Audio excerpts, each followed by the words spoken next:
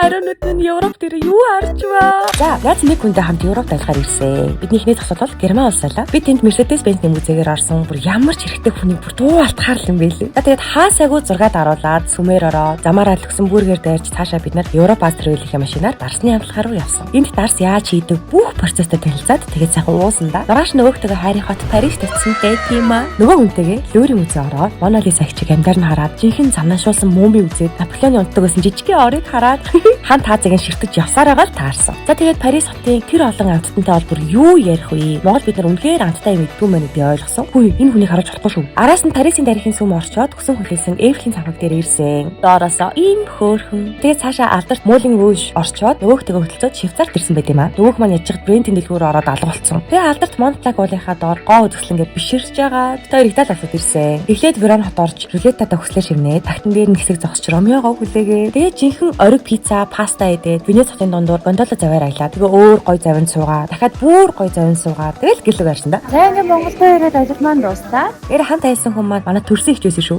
Европ Австриалиэр аялсан Европын аялал маань 100% сэтгэл ханамжтай байлаа. Бачиг аялахыг хүсчихвэл доор гарч байгаа пэйж хуудас руу холбогдоорой. Bye.